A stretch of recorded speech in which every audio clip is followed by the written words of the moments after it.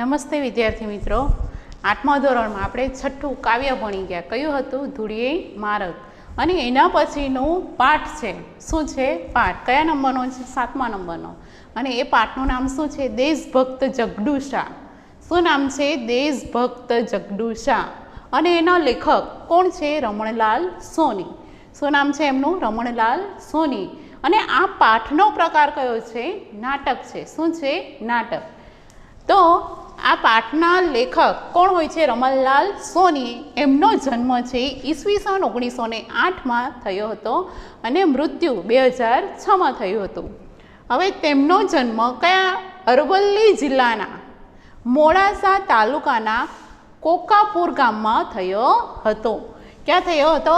અરવલ્લી જિલ્લાના મોડાસા તાલુકો છે અને ગામ કયું છે? કોકાપુરમાં થયો હતો. તેમણે બંગાળી ભાષાઓ અને સાહિત્યનો તેમનો ગાઢ પરિચય છે. એમને બંગાળી ભાષા અને સાહિત્યમાં તેમનો ગાઢ પરિચય, એમના વિશે ઘણી બધી માહિતી એમની પાસે છે. તેઓ બાળકાવ્યો, બાળ વાર્તાઓ અને બાળ નાટકોના સર્જક તરીકે પણ જાણીતા છે. તેઓએ શું કરેલું? બાળ કાવ્યો પણ લખેલા છે, બાળ વાર્તાઓ પણ લખેલી છે અને બાળ નાટકોના સર્જક તરીકે પણ જાણીતા થયા છે. તો આપણા પ્રકાર કયો છે? નાટક છે. શું છે? નાટક. નાટક શું હોય કે એમાં બધા પાત્રો હોય અને તે એક સ્ટેજ પર તે નાટક ભજવાતું હોય. તો તેવું જ આ નાટક છે. કયું છે? દેશભક્ત જગડુ શાહ. હવે આ પાઠમાં શું કહેવા માંગે છે તેના વિશે છે થોડુંક, કે આખા રાજ્યની આપત્તિમાં રાજા અને પ્રજા સમજપૂર્વક અને ધીરજપૂર્વક ઉકેલ લાવે તે સમસ્યા હળવી થઈ જાય છે. રાજ્ય હોય છે, રાજ્યમાં આપત્તિ એટલે કે મુશ્કેલી આવી પડે છે, ત્યારે રાજા અને પ્રજા સમજપૂર્વક અને ધીરજપૂર્વક ઉકેલ લાવે અને સમસ્યાને શું કરે છે? સમસ્યા હળવી થઈ જાય છે. તેવા જ એક વ્યક્તિ હોય છે. કોણ હોય છે? દાનવીર ભમાસાની જેમ. એક દાનવીર ભમાસા એટલે કે ઘણું બધું દાન કરતા હોય તેવા વ્યક્તિ છે. કોણ હોય છે? દાનવીર ભમાસાની જેમ એ પ્રજાના એક વ્યક્તિ હોય છે. દેશભક્ત એક જગડુ શાહ હોય છે. એમનું નામ શું હોય છે? જગડુ શાહ. જેમ દાનવીર ભમાસા એક દાનવીર હતા, તેવી રીતના જ એ વ્યક્તિ કોણ હોય છે? જગડુ શાહ. પણ નગર શેઠ તરીકે માનવતાવાદી વિચાર ધરાવે છે. જેમ એમણે પ્રજા માટે ઘણું બધું દાન આપેલું એટલા માટે લોકો એને દાનવીર કહેતા હતા, તેવા જ એક વ્યક્તિ કોણ હોય છે? જગડુ શાહ. તેમણે પણ આ નગરશેઠ તરીકે માનવતાવાદી વિચાર ધરાવે છે. લોકોની સેવા કરવી, દાન આપવું એવો વિચાર કોણ ધરાવે છે? આ જગડુ શાહ. તો એમણે આપ બળે એકઠી કરેલી કમાણી, આપ બળે એટલે કે પોતાની મહેનતથી જે કમાણી ભેગી કરી હતી તે સંચિત એટલે સંગ્રહ કરેલા અનાજના કોઠારોને સંકટ સમયે પ્રજા માટે ખુલ્લા મૂકી દે છે. શું કરે છે? કે જે બધું ભેગું કરેલું અનાજ શું કરે છે?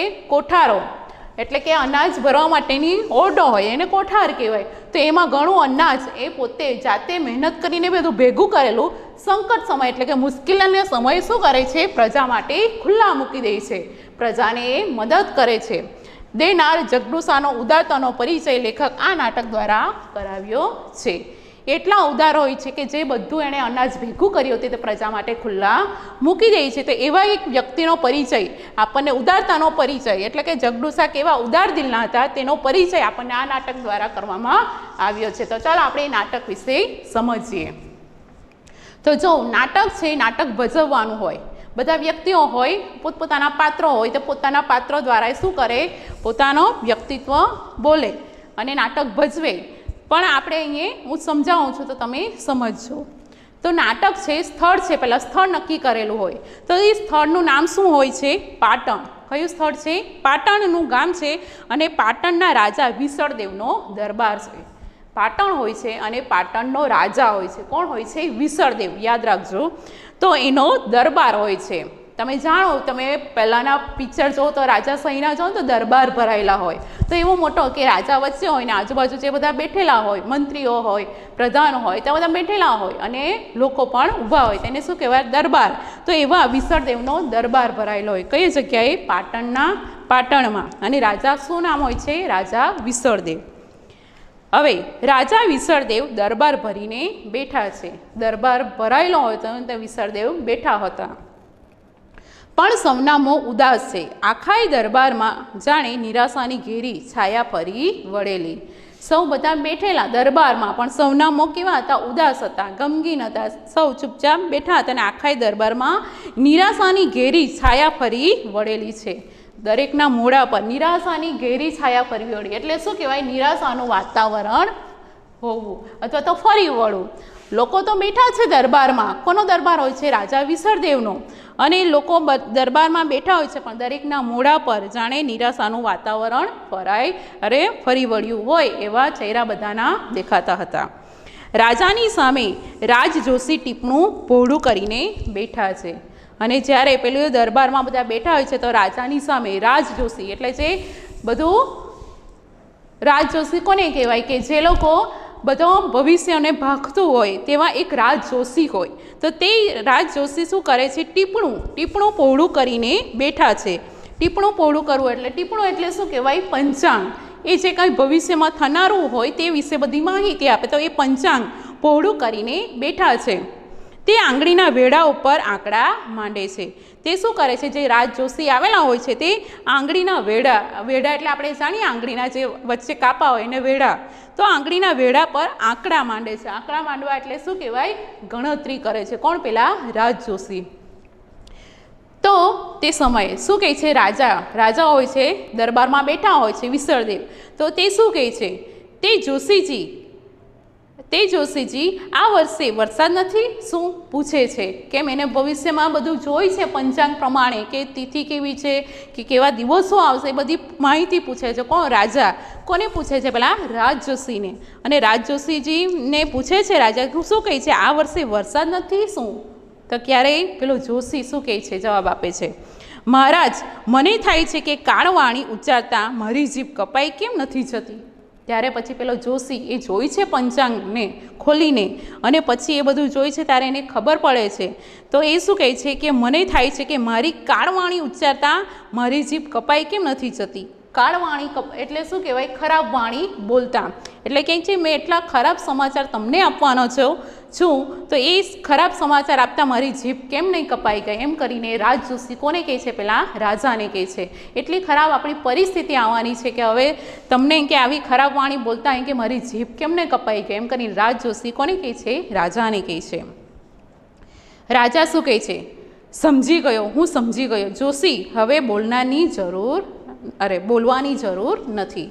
એટલે તારે એટલું બોલે છે તરત જ રાજા સમજી જાય છે અને કહે છે સમજી ગયો તું શું કહેવા મને માગે છે? કે જોશી હવે આગળ બોલવાની કોઈ જરૂર નથી. એમ કરીને રાજા કોને કહે છે? પેલા રાજજોશીને.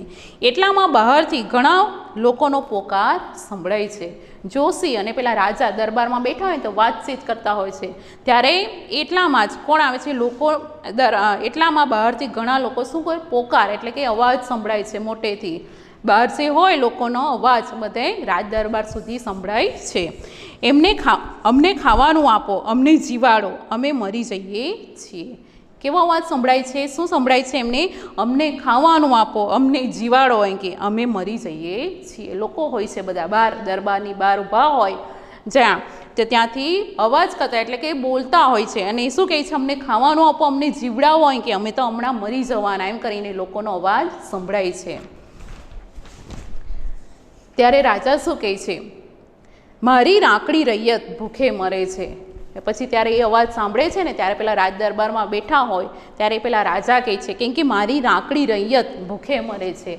રાંકડી રૈયત એટલે ગરીબડી પ્રજા. એટલી ગરીબ થઈ ગઈ છે એને કોઈ પાસે ખાવાનું અનાજ નથી. એટલા માટે કહે છે મારી રાંકડી રૈયત ભૂખે મરે છે. મારી જે પ્રજા છે કે ગરીબડી પ્રજા છે ભૂખે મરી જવાની, કે એ લોકોને કશું ખાવાનું નથી મળ્યું. કે હવે તો એક આશા જગડુસાની રહી છે. બધું અનાજ મારું હતું તે પૂરું થઈ ગયું. હવે તો એક જ આશા છે કે કોની? જગડુસાની. એ કોણ હોય છે? જગડુસા એ લોકોના નગરના જે હોય છે એ પણ હોય દાનવીર હોય છે કે જે બધાને દાન આપતો. એટલે એવા જ ભામાસાની જેમ જગડુસા પણ હોય છે. કેમ કે હવે તો એક જગડુસાની જ આશા રહી છે. પ્રધાનજી એમને તેડી લાવવા કચ્છ ગયા છે. કે પ્રધાનજી એમના જે પ્રધાન હોય છે રાજા આખા પ્રજાના જે પ્રધાન હોય છે તો એને તેડી લેવા માટે ક્યાં જાય છે? કચ્છમાં ગયા હોય છે. કોને લેવા માટે? તેડી લેવા એટલે કે બોલાવવા માટે જાય છે. કોને? જગડુસાને. આજકાલમાં આવી જવા જોઈએ. રાજા કહે છે કે આજકાલમાં આવી જાય તો સારું, એમ કે એમની જે એક આશા છે એમ કે એ કરશે હવે તો આપણું જે કંઈ સારું કરશે તો એમ કે. દરબાન એટલે કે જે સૈનિક હોય છે તે અંદર પ્રવેશે છે અને રાજાને પ્રણામ કરે છે. મહારાજ, કચ્છના સહસૌદાગર શેઠ જગડુસા પધાર્યા છે, પ્રધાનજી પણ સાથે છે. અને જ્યારે એ લોકો વાતચીત કરતા કે આજકાલ આવી જશે કે પ્રધાનજી એને તેડવા ગયા છે, તેટલામાં એક સૈનિક આવે છે અને એક રાજાને પ્રણામ કરીને બોલે છે. શું કહે છે? કચ્છના સહસૌદાગર જે શેઠ જગડુસા પધાર્યા છે. કોની વાત કરતા હોય છે? જગડુસાની જ વાત કરતા હોય. એને બોલાવવા માટે ગયા અને તેટલામાં જ એક સૈનિક આવે છે અને સમાચાર આપે છે અને કહે છે સહસૌદાગર. સહસૌદાગર એટલે શું કહેવાય? મોટા પ્રતિષ્ઠિત વેપારી. શું નામ એને? તેનું જગડુસા હોય છે, પણ સહસૌદાગર શેઠ જગડુસા પધાર્યા છે. પ્રધાનજી પણ સાથે છે, કે જે પ્રધાનજી તેડવા ગયા હતા તે પણ એમની જોડે છે. રાજા કહે એકદમ ઉત્સાહમાં આવી જાય છે. તો એકદમ ઉત્સાહમાં આવી જાય છે. કોનું નામ સાંભળતા? જગડુસાની નામ સાંભળતા એ તો એકદમ હાસ, હવે તો કંઈક સારું થશે અને એકદમ ઉત્સાહમાં આવી જાય છે. એકદમ એમને અંદર લઈ આવો એટલે કહે છે એકદમ કરીને બોલે છે ને કહે છે અંદર લઈ આવો. કોને? પેલા જગડુસાને. દરવાન નમ્રતાથી, મહારાજ, પ્રધાનજીએ કહેવડાવ્યું છે કે શેઠ જગડુસા શાહ સોદાગર છે, તેમનો સત્કાર કરવા આપ. પોતે એટલું અધૂરું વાક્ય બોલે છે અને નમ્રતાથી બોલે છે. મહારાજ, પ્રધાનજીએ કહેવડાવ્યું છે કે શેઠ જગડુસાનો શાહ સોદાગર છે કે તો પ્રતિષ્ઠિત વેપારી છે કે તેનો સત્કાર કરવા માટે કે તમે સાથે આવો તો, એમ કરીને અધૂરું વાક્ય છોડી દે છે. એટલે એ સમજી જાય છે. કોણ? પેલા રાજા. રાજા કે સમજ્યો, એમના સત્કાર માટે મારે સામા જવું જોઈએ. એ તો આપણા પ્રજા માટે કેટલું બધું મોટું કામ છે કે કલ્યાણ કરવા માટે આવેલા છે, તો આપણે તો એમ કે સમજ્યો એમ કે મારે એમ કે સામેથી એનો સત્કાર કરવા જવું જોઈએ. પ્રધાનજીની વાત સાચી છે.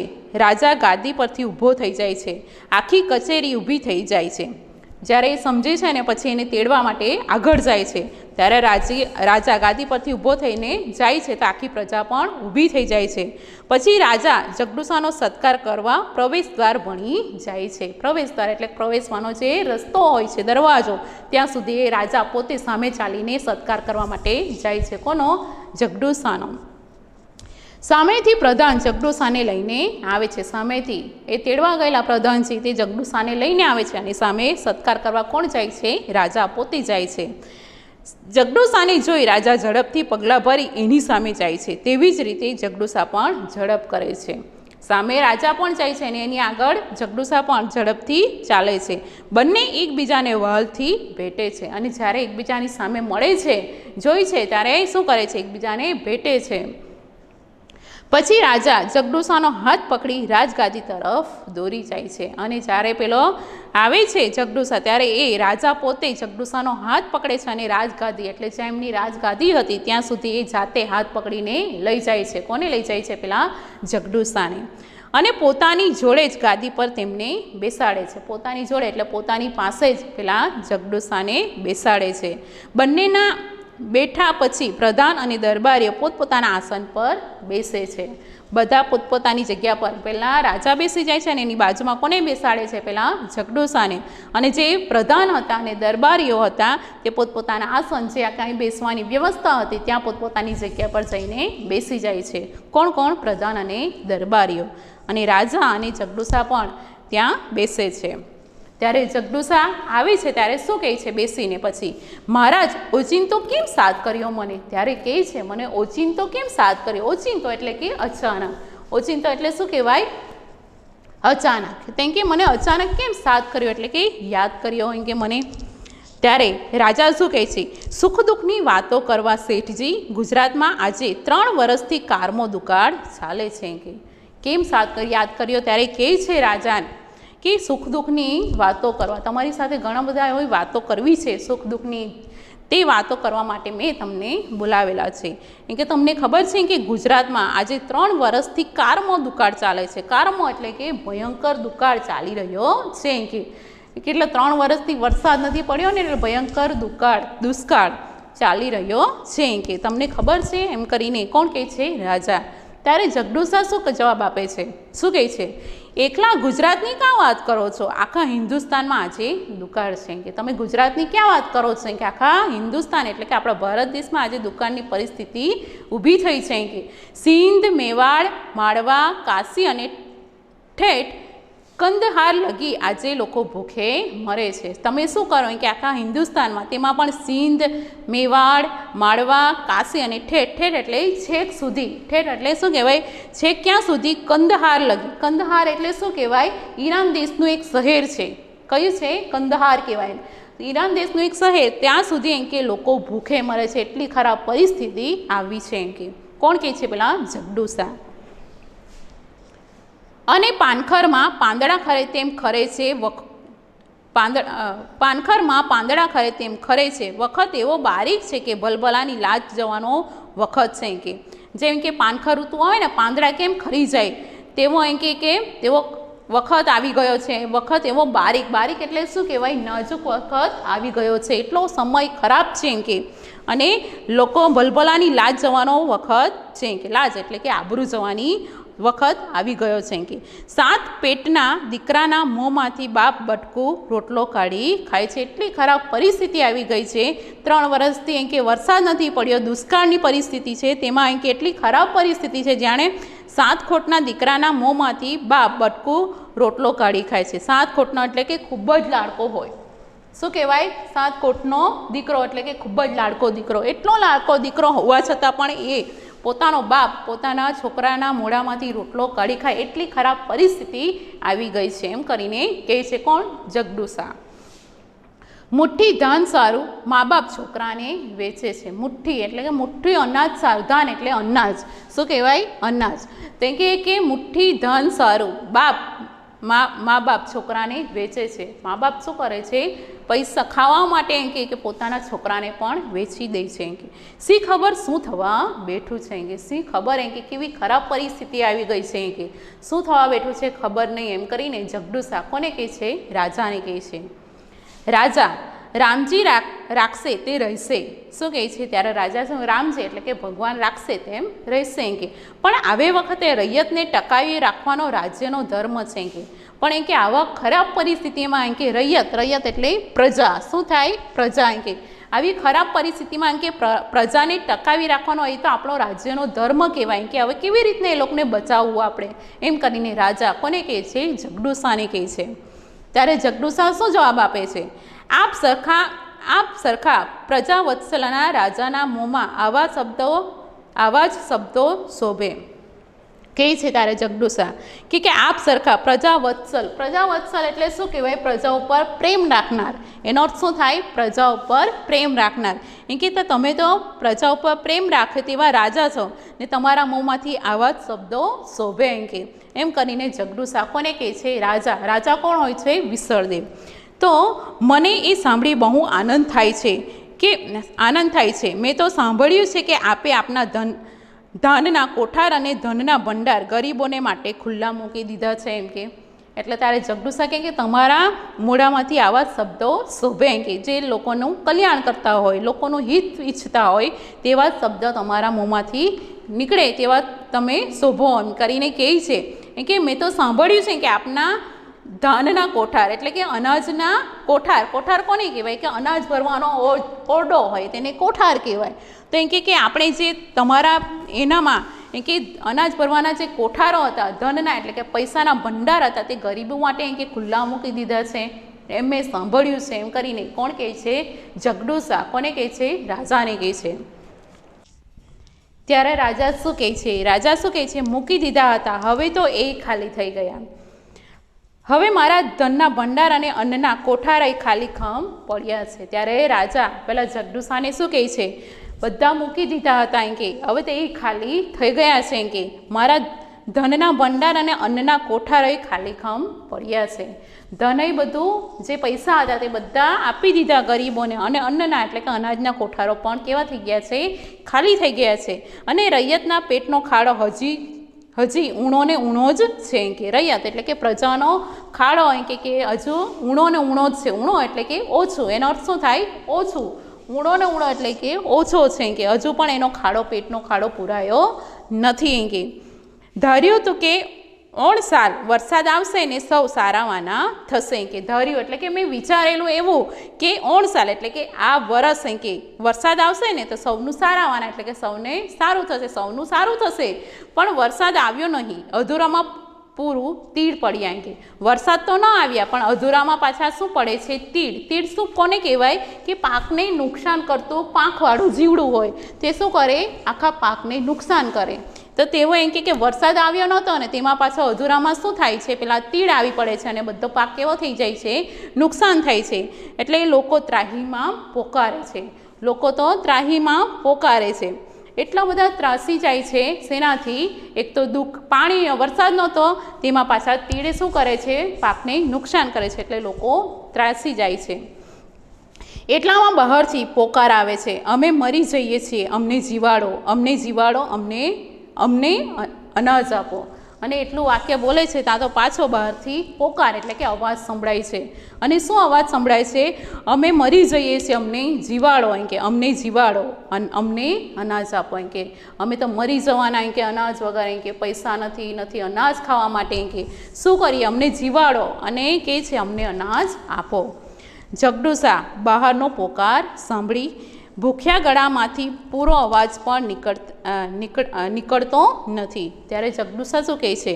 બહારનો પોકાર એટલે કે બહારથી જે અવાજ કરે છે, બૂમો મારે છે, અવાજને સાંભળે છે અને કહે છે કે ભૂખ્યા ગળામાંથી પૂરો અવાજ પણ નીકળતો નથી. એમ કે એ લોકો એટલા બધા ભૂખ્યા છે તો એ લોકો બૂમો મારે છે તો પૂરો અવાજ પણ એ લોકોથી નીકળતો નથી. એટલો બધો ભૂખ, એમ કે એટલો બધો એ લોકોને ભૂખ લાગી છે, ભૂખથી તડપે છે, એમ કે અને પોતાનો અવાજ પણ એટલો સંભળાતો નથી. એમ કે ત્યારે રાજા શું કહે છે? વસ્તીનું આ દુઃખ એ મારું દુઃખ છે, પણ નિવારણનો કોઈ રસ્તો મને દેખાયો નહીં. ત્યારે હું મૂંઝાયો. એવી વખતે તમે યાદ આવ્યા. એમ કે પછી રાજા ત્યારે પેલા જગડુસાને કહે છે, શું કહે છે? કે વસ્તીનું આ દુઃખ એ મારું દુઃખ છે. આ જે પ્રજાનું દુઃખ છે ને એ બધું મારું દુઃખ કહેવાય. કે હું તો એમનો રાજા છું અને એમને જે દુઃખ થાય મને ઘણું બધું દુઃખ થાય એમને જોઈને, પણ એનો નિવારણનો કોઈ રસ્તો મને દેખાયો નહીં. કે પણ એનું નિરાકરણ કરવાનો મને કોઈ રસ્તો દેખાતો નથી. જેટલો મેં થયો પ્રયત્ન તેટલો મેં કર્યો પણ હવે મને કોઈ દેખાતો નથી. ત્યારે હું મૂંઝાયો. એવી વખતે તમે યાદ આવ્યા.